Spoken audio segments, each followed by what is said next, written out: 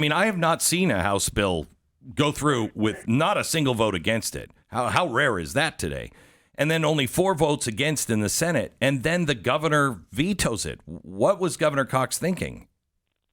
I don't know if he was worried that he would look silly among his other governors at the cocktail parties, or if he just didn't want Utah to be first, which is something he said, or he was worried about just minor things.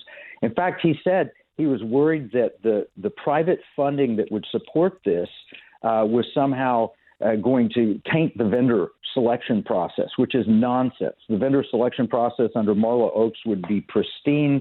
I was a part of the precious metal study that looked at this with a former vice chairman of the Federal Reserve, with head of the Utah Bankers Association, with former CFO of Citigroup and American Express. Everybody agreed this can be done.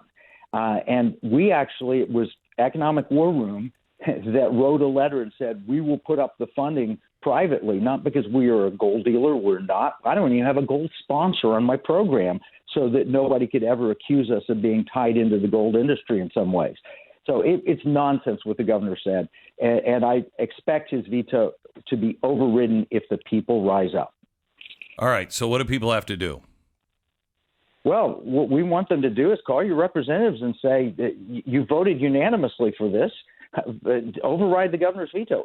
He's been overridden before, and in other states they've overridden. This is so popular. It's probably the most popular thing I've ever been a part of. In Texas, for example, in our primary, 1.6 million Texans voted for essentially what HB 306 offers. And that's 76.5% of the people want this.